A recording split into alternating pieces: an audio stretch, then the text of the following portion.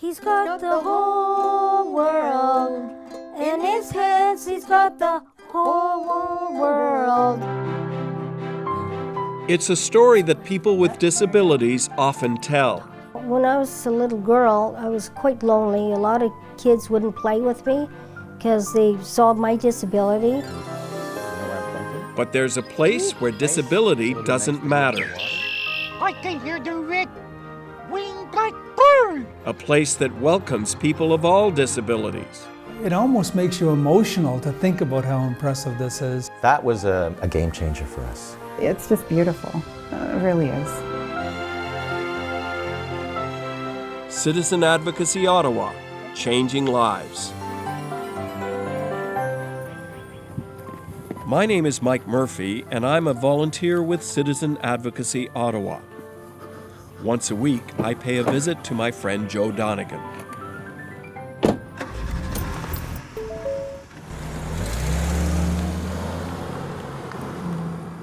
I was matched with Joe Donegan almost 3 years ago through Citizen Advocacy, which brings together volunteers known as advocates with disabled people. They're called friends. I'm picking him up at his apartment. Hi, Joe. How are you today? Not bad. Good to see you. Yeah, good. We're going to get that haircut. Yeah. Okay? Yeah. We need to trim those golden locks, so to speak. Yeah. It's been a while. Joe is in dire need of a trim, and we're headed to the barber shop for a haircut. Joe has several disabilities. Sometimes I'll drive Joe to doctor's appointments. He was hospitalized recently for kidney issues. So how's your health? Doing not too bad. But this appointment is not about health, it's about haircuts. Yeah, I'm thinking you're turning into a bit of a hippie. Well, it's been a couple of things that have gone on. The weather hasn't helped. Exactly. Yeah.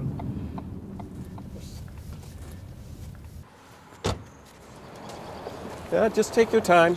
Yeah. We should be able to make it. Yeah. This is Joe, Henry. Hi, nice to meet you. Yeah. Yeah, I just need to trim. Right, yeah. As Henry does his magic on Joe's hair, we catch up on what's happening in our lives. We talk sports, the Raptors' rapid rise to the NBA title, pretty much any sport, especially hockey and baseball. We're both die-hard fans of the Toronto Maple Leafs. So Joe, we've been together, about 3 years now? Yeah. How's it been for you? Oh, pretty good. It's been really good. It's been we've done a lot of things together. Like go to a hockey game, and we went to baseball games. We've gone to that sandwich place. Yeah, look like the new man, Joe. Yeah. Thanks a lot. You're welcome, thank you. Yeah. Yeah.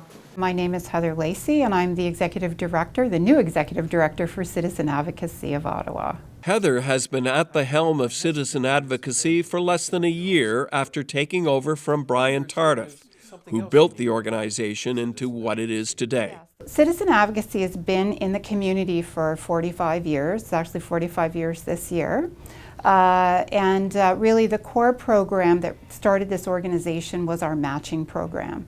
The matching program takes individuals living with disabilities and matches them with volunteers, or as we call them, advocates. We're looking for volunteers that want to spend a year with us and commit to that. They go through an information session, they go through an all-day onboarding session, and then after that, we ask them to make that initial year-long commitment with the hope that this match becomes a friendship and can exist outside of the organizational structure. So we've had matches that have lasted for 20, sometimes 25 years, 30 years, so. Lifetime. Yes. Longer than some marriages. That's right, exactly, absolutely. So that's a testament to the program and what it can achieve, and actually it's a testament to how we match individuals. Citizen Advocacy Ottawa, Changing Lives, will return.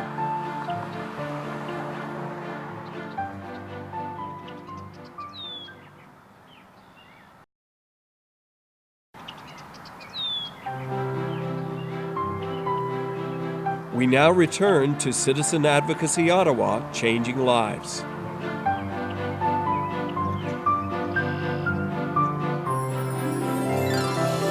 Citizen Advocacy has successfully matched thousands of people over the years. Two of those people are Adrian and John. They both love nature, and they'll often experience it together. Sometimes they'll stroll along the Rideau River near Adrian's home. John is blind. Adrian helps him connect with the sights and sounds of the river. They've been together since the late 90s, even before they were matched through Citizen Advocacy. My name is John Robson. And how old are you? I'm 68 years old. I am Adrian Raganandan. I am 56 years old, married. Adrian says he's always been drawn to volunteering. He and John quickly found some common interests. John had an interest in learning, and I think that's kind of the thing that brought us together, because he had a real passion at that time for learning languages, and also had an interest in history. But we started off with languages, and he wanted to study German, which was a lot of fun, and turned out that Algonquin offered the course. Chinese That was fun too, right? and American history. The President John F. Kennedy. Yes. Okay. John F. Kennedy. Okay, tell me more about that. He was the president of the United States. And he's assassinated 56 years ago, Friday, November 22nd, 1963 at 12:30 p.m. in downtown Dallas, Texas. I asked John about this one in particular. I said, did you actually listen to the funeral service? And he said, yes, he did, on the radio, right, John? Yes, And how old were you? 12 years old. Yeah, and he listened to the whole unfolding of the assassination and the events on the radio. And John, where were you at that time? STU, Which is where Union Regional Center in Aurelia. John has a fascination for electronics, so I've taken him to Best Buy and just let him push buttons as we go by the television screens and radios, and he just has a lot of fun with it, gadgets. He's very he loves technology. When I first met him, he was always talking about talking alarm clocks, eh? Talking alarm clock. Yeah. And talking watches. Talking watch. Yeah. Talking keychain. But now you've got the best talking thing. What do you have in your room? Alexa. Yeah. And what does she do? Talks about the weather forecast for the next 7 days. Citizen Advocacy has attracted some high-profile supporters in the nation's capital, including Senator Vern White. The number of volunteers who are hand in hand with clients in the community who are often battling developmental delay or developmental disabilities or other, sometimes in combination with concurrent disabilities, is quite impressive. And I know when I watch two friends, one who is a client and one who is a volunteer, engage publicly in a discussion about what's important to them, you can see how it's a real relationship.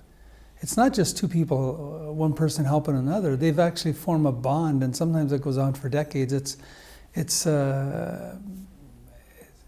almost makes you emotional to think about how impressive this is, that people give up a part of their lives to connect, first of all, but then they bring that friend into their own life and become another extension of their family. Eh? Margie Cunningham, who is paying a visit to her volunteer advocate, Wynne Lambert Meek, is a big part of that family. Though small in stature, Margie has been a huge presence in citizen advocacy for 25 years. Hey, good morning, Margie. Come on in. It's cold out there. Yeah, thank you. You're welcome. Wynne has invited Margie to her home to learn some cooking skills.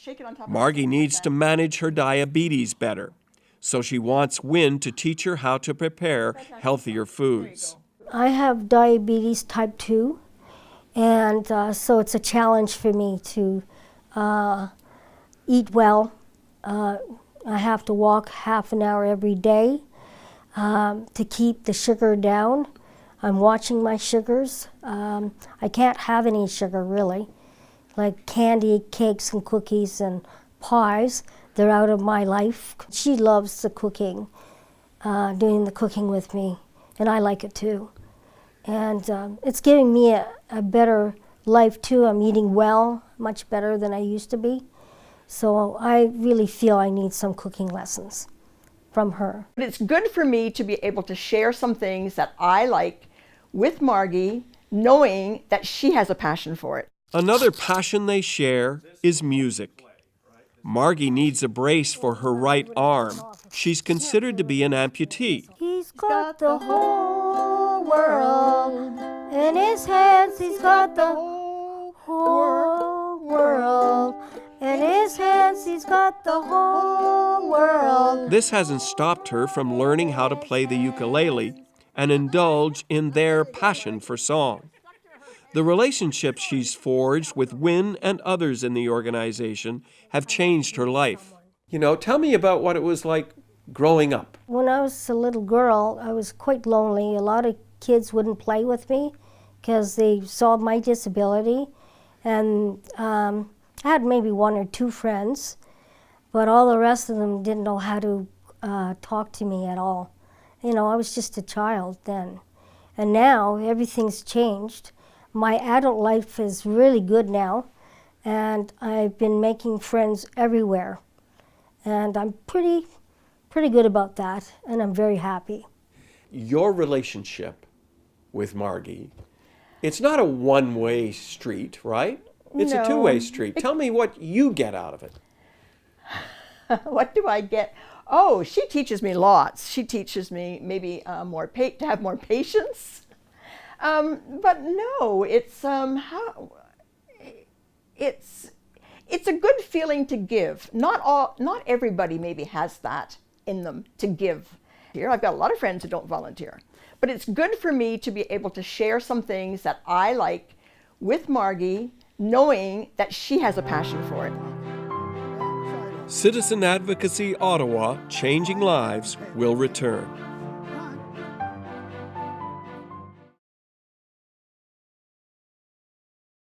We're on the way to the dog park. We now return to Citizen Advocacy Ottawa, Changing Lives.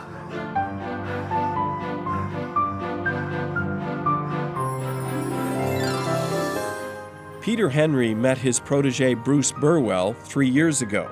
Come on, Kane. Kane, come on. And they bonded almost instantly. Peter and Bruce are headed toward a gated dog park in Ottawa's West End, where Peter's 6-year-old golden lab, Kane, can escape his guide dog duties for a while.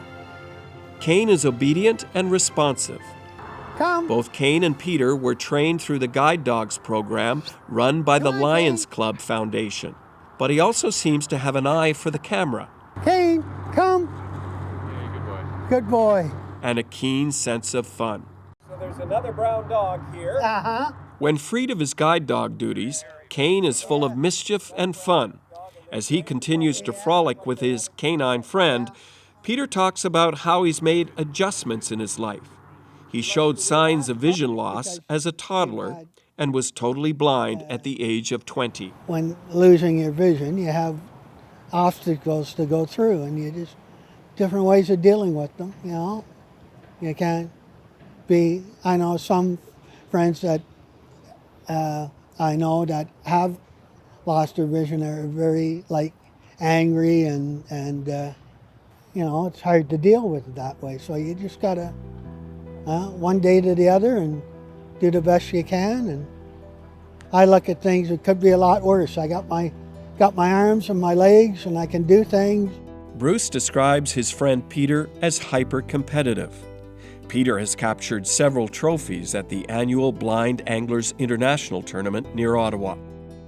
Both Peter and Bruce are avid curlers.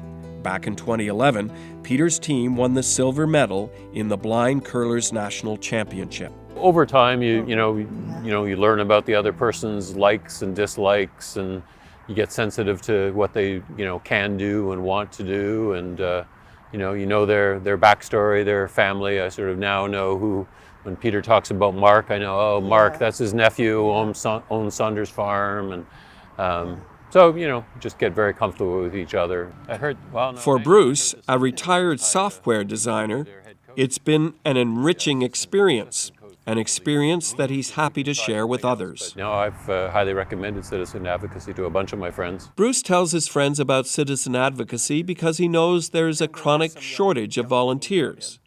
It's something that Peter has experienced firsthand. Before I got matched, I actually waited 7 years because there were lots in the east end of Ottawa, but none in the west end, volunteers. So it was a little trying, but... I'm one person. I can't change the world. I can't solve every problem. But I can change one life. Unfortunately, Peter's story is not unusual. Just a single person. Citizen Advocacy has launched this campaign, which features some of its members to attract more volunteers. The campaign is necessary because the waiting list of disabled people to be matched has grown to over 300, while the waiting period is an average of 4 years. The marketing campaign helps spread the word. Become a champion. About how volunteering can have a lasting impact, says Citizen Advocacy Executive Director Heather Lacey. You can't really put a value on what people are getting from the matches, both on the advocate side and on the individual side as well. So we're really grateful that people look at us and want to be part of our organization and part of someone's life. The more engagement people have in their community, the healthier they are. As you know, loneliness can create physical disabilities or physical illness. It can create some mental challenges for people. And I think that when you're matched and you have a friend and somebody that you can call and who's reliable, that really goes a long way to help your state of mind and your physical health. It's just beautiful. It really is. The question arises, could Canada use more citizen advocacy? I mean, I come from a small town in Cape Breton and I've always cherished the opportunities I've had. It's a question I put to Senator Vern White, who's kept mementos of his many adventures. Do you think the model for this organization could work in other cities across the country? Certainly think it could be emulated. I mean, I have to be fair that it's a bit of a magic show in Ottawa for some reason. People have been, it almost has grown from within itself as a small organization with limited number. Now they have dozens of employees and hundreds of volunteers and clients. But I certainly think it could be emulated, and I think a template could be dropped in any city in the country. Many people tell me that citizen advocacy is like a family. Well, this past winter, we lost a family member. John Leger died after slipping on the ice at a bus stop. John's many friends in the organization have resolved that his death will not be in vain. They're pressing the City of Ottawa to improve access to the disabled transit system and do a better job of cleaning sidewalks.